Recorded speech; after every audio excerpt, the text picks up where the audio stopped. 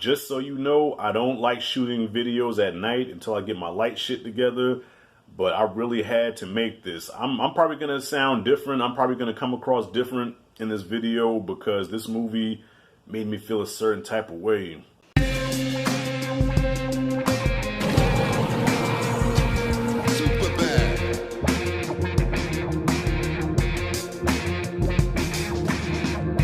I'm talking about A Beautiful Day in the Neighborhood. I waited a while to watch this, and look, the way the YouTube algorithm goes, this is probably going to fall down to the bottom of the shit, and nobody may not see it, but right now, I'm doing this video really for me. I'm doing this for myself so I can look back and watch my review of this movie, because this movie deserves to be reviewed. I feel guilty because I held off on watching this for a minute. I think this movie's been out for like a month now, and I held off from watching it. I instead went to go see Jumanji. I instead went to go watch Waves, which started out really good, but then kind of... I've pushed this movie to the side to watch other stuff, and I feel bad about that because in today's times, it's all about the entertainment. It's all about the, but Mr. Rogers, the story about Mr. Rogers, even though I did want to see it, I was intrigued by the idea of Tom Hanks playing Mr. Rogers. I just thought, Mr. Rogers, I can see that some other time. I'm not in a rush to go see that, but I did want to see it. Wow. I watched this movie, y'all, and I'm going to say this to me, y'all. I haven't watched any reviews on this yet. I'm going to have to go binge my other peers and see what they said about it. But just for me, this film was an experience. This was an experience, man. I fucking felt something while I was watching the movie, and when the movie was over, I felt it. Okay, I'm going into, I guess, somewhat spoilers. The movie's been out for a month now, so I guess I'm going to go into a little bit of spoilers here.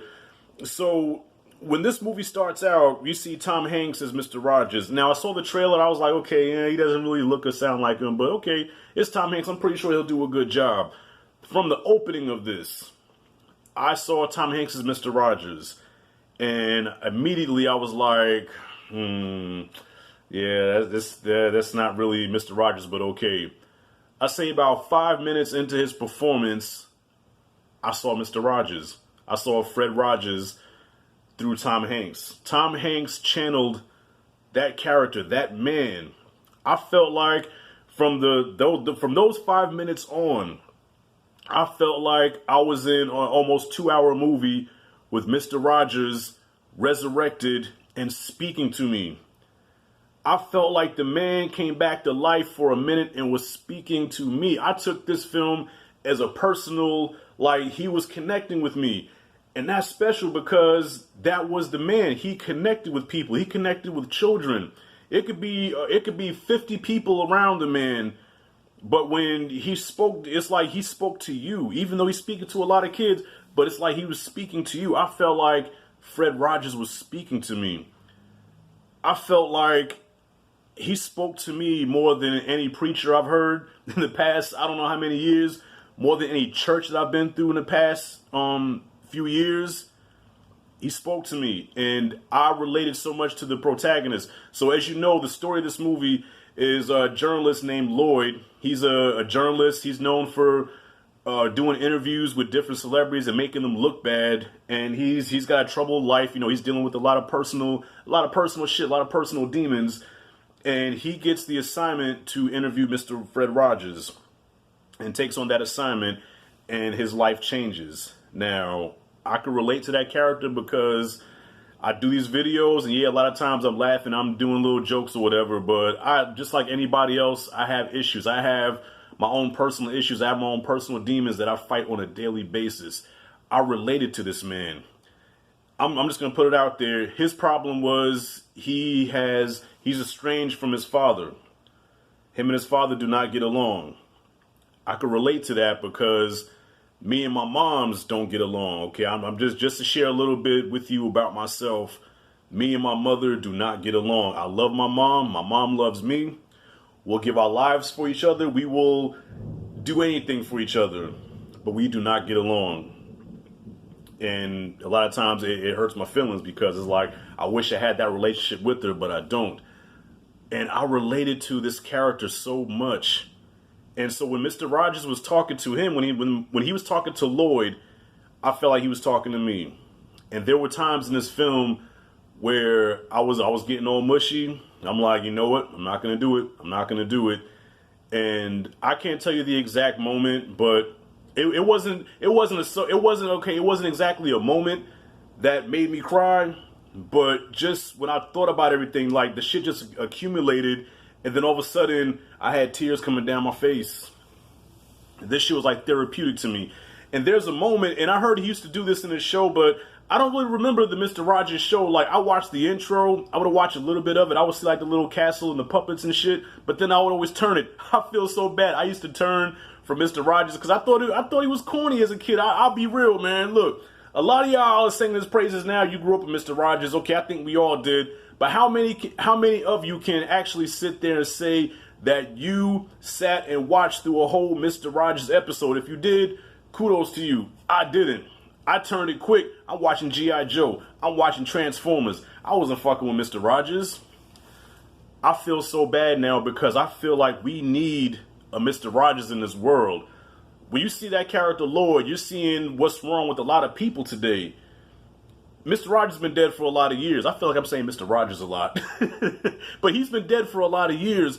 But I feel like we need him now. We need him because the world is all kinds of fucked up. It is, man. The world is starting to become a real fucked up place, and we need that goodness. We need somebody with that heart, with that genuine care. Like, he really cares. I felt bad myself because when you look at him, when he's talking to you, like he's asking you a question, and he doesn't just wait for you. He doesn't wait for his turn to speak. He listens to you. He's studying you, and he's trying to understand you. And when you share something special with him, he'll thank you for it. He'll be like, thank you for sharing that with me. Or if something bad happened to you, I'm so sorry. That must have made you feel so terrible. He cares. It is hard to find people that care about you, man. It really is. I'm trying not to go real long in this video because I know people click off after a while. But this is how this movie made me feel, man. He really cared about people. And there was a moment, I'm getting back to that. There was a moment where he's sitting down with Lloyd and they're having a conversation. He says, I want you to do me a favor. I want you to take a minute and think about anybody in your life that ever loved you, that anybody that ever did anything for you, that did something that made you feel, I want you to just take a minute and just think about that. And the movie went silent for a minute. I'm in the theater. I'm doing what this man is saying. And he's looking into the camera. He's looking at me. And I'm doing that. And something came over me. And it wasn't long after that where,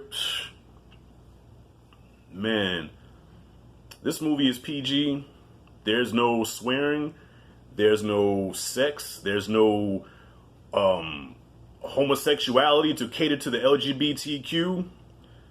There's none of that. There's no agenda. This movie felt like just a pure film, just a pure movie that dealt with human emotions and how to deal with those emotions, how to deal with your problems. Man. Yeah. I just feel bad I ain't watched this sooner, man. Listen, Mr. Rogers, I owe you a million apologies because as a kid, I always put you to the side and watched other shit that wasn't good for me. And as an adult, I pushed you to the side and watched shit that was not good for me. And I apologize about that because the world needs a Mr. Rogers. The world needs more people that care, man, that see the best in people. He could have easily looked at Lloyd and been like, okay, he's crazy. I don't want to deal with him. But because he saw a damaged soul, because he saw somebody that could use his help, he reached out to him and he was there for him. He took the time to know him. He took the time to know his family. Came to the family house, sat and broke bread. This is Mr. Rogers. He's a fucking celebrity. He's a rock star. But he came and sat down and he just made you feel like you were special. Man, he made you feel like you were somebody. And in this world, so many people make you feel like you were dog shit a lot of times, man. I haven't had a lot of people in my life that really were, I'm not going to sit there and say I've never had, I do have people in my life that care about me, but to the magnitude that this man did, Like, after the movie was over with, I said, man, I wish I could go to like a McDonald's and sit down with Mr. Rogers right now, man, and just talk to the man and just give the man a hug. I'm trying not to go on and on. This movie really did something to me, y'all. This movie made me really fucking feel, man. And with 2019, the way 2019's been going, man, there hasn't been a whole lot of that. Right now, this and Dolomite Is My Name really made me fucking feel. And for that, I'm giving A Beautiful Day in the Neighborhood a A+. Beautiful fucking film. There may be people that say that I could see some of the complaints, the nitpicks. Well, it was slow in some areas. It was slow here. It was slow there. Like I said, I haven't watched any reviews on this yet. This is just what I'm feeling right now. I can see people say how it could be slow because there are some moments where it does kind of slow down. But because Tom Hanks, Mr. Rogers, cared about me, I cared about everything that happened in the film. I fucking cared. So if it did slow down, I cared and I watched it. Fuck it. I'm not a big fan of real slow movies. But look, there's A Beautiful Day in the Neighborhood type slow, where because I can relate to these characters, I'm down for it. And then there's The Irishman type slow, where I'm going to sleep and I need some fucking Red Bull to keep me up. But to each his own. If you love The Irishman, good for you. This movie was my kind of slow. It was an hour and 49 minutes. I almost did not want it to end. If you haven't seen this movie yet and, you know, it is still playing in your area, please go watch A Beautiful Day in the Neighborhood. You will walk out feeling good. You will walk out wanting to just reevaluate yourself.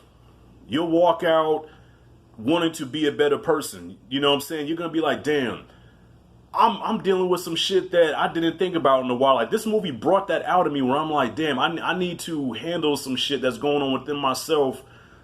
You know, I need to handle this shit. But I walked out feeling good. I felt like I hit the reset button, like, okay, I gotta change some shit. Like, man in the mirror, make that change. So, y'all, I really dug this film. I recommend, if you haven't watched it, man, watch it. This easily makes my top, you know, one of my top movies of this year. So, y'all, that's all I got for A Beautiful Day in the Neighborhood. I think Tom Hanks deserves an Oscar nomination. I think as far as Oscars, it's going to come down to Tom Hanks, Christian Bale, and Joaquin Phoenix. I would say Eddie Murphy. That'll be my personal pick, but I know the Oscars ain't fucking with Eddie Murphy, man. Let's just be real. So yeah, y'all, A+ is what I got for Beautiful Day in the Neighborhood. If you've seen it, comment below what you thought about it. Thank you for watching. This is Rashad G signing out. See you in the next video.